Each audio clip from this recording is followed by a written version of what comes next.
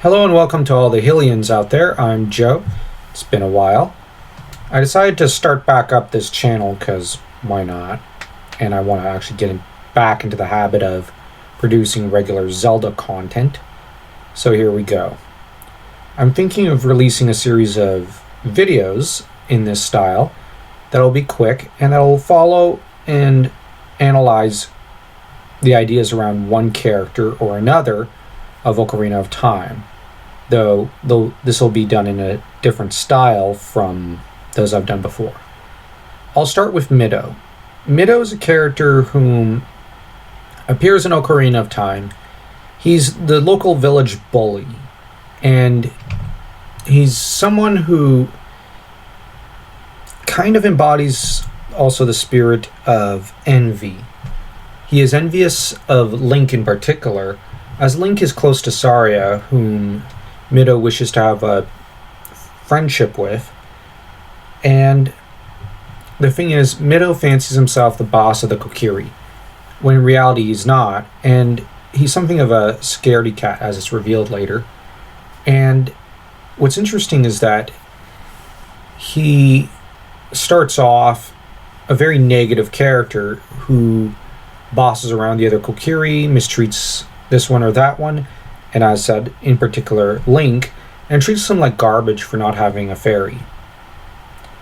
And he's also not very happy that Link actually does have a fairy at the beginning of the game, Navy.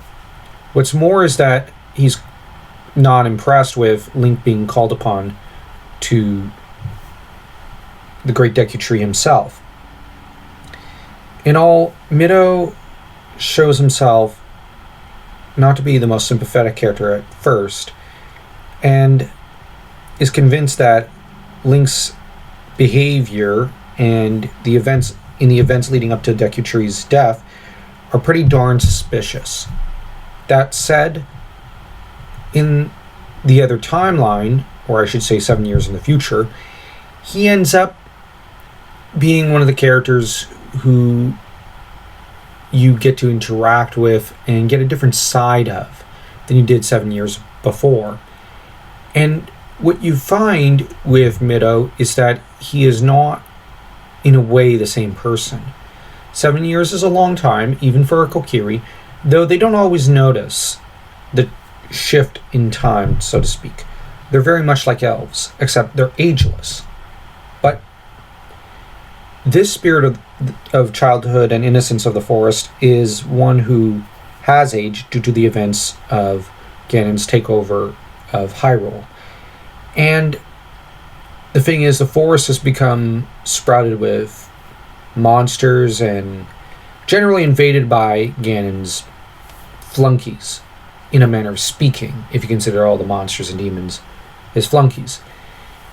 Now, adult Link is not recognized as being Link by Mido, who in one conversation admits that he kind of regrets bullying Link and that he didn't come back. And this gives us insight into the fact that Mido deep down isn't a horrible character. And there might be more beneath the surface. So, as an archetype, he's more than just simply the bully. But he is fairly, as said, cowardly. But he wants to be brave. So he starts to look up to the very heroic, honorable, and valiant adult Link. Now, being the spirit of envy, his envy here is transformed.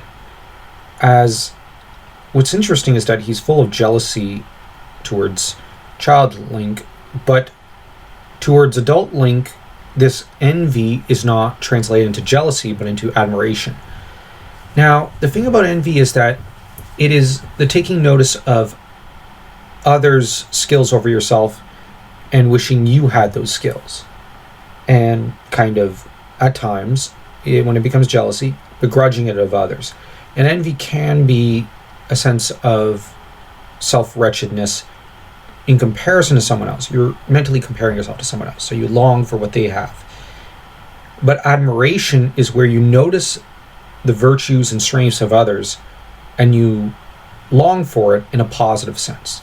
So I'm just juxtaposing envy with admiration here.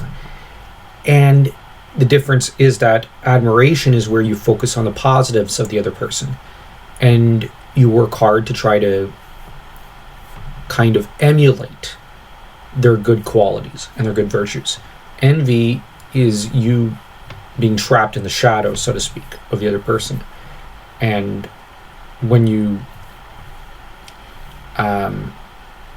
work hard, you can transform it into admiration, I would argue, as Mido does. On the other hand, envy is a very terrible feeling, and it only weakens an individual. In the case of Mido, as said, he gets ruled over by this weird dichotomy, and this is really his character, at least archetypally and in terms of motif that the creators had in mind for him, as he's there to be in Link's shadow and then to step out of it, so to speak, and start to admire Link as he is in his fullness. Now, Link is the warrior archetype in his fullness, but this means that Mido, who is a bully and thus a shadow of the child warrior archetype, may one day, were he to stop being childish, and I know that sounds weird because biologically he'll always be a child because Kokiri, but arguably he will one day be a good warrior archetype. I think that what I could see happening to Mido, at least in the adult timeline, is him maybe becoming what he was meant to. Kind of becoming a protector of his fellow Kokiri and taking into himself the lessons that his hero and mentor, Link, taught him.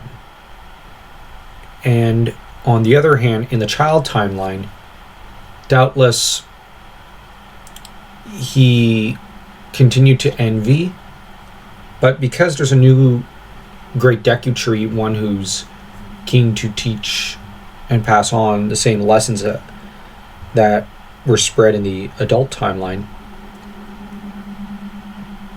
doubtless in time Mido may step out of the shadow of Link, but who knows? I like to think that he does. I don't know if he'll ever be friends with Link in that timeline, but I think that the age of him bullying the other Kokiri may come to an end. It'll just take longer. So I guess I have a more mild view of Mido. But I think what I really pity him for is the scene where at the end we see him with the King of the Zora, where we then realize that the two of them have both lost people who had to become sages, and in a way they've lost loved ones. And if you think about it, in the adult timeline, Mido also kind of lost his hero, Link, depending on the timeline, but he doesn't see him ever again in either one. So there's something very tragic there, and even sad.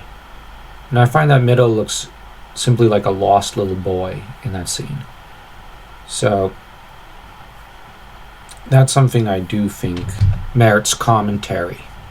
But tell me what you think of this analysis, and don't forget to, if you enjoyed this video, smash that like and that subscribe button as though you were Link trying to take down Ganon for the final time.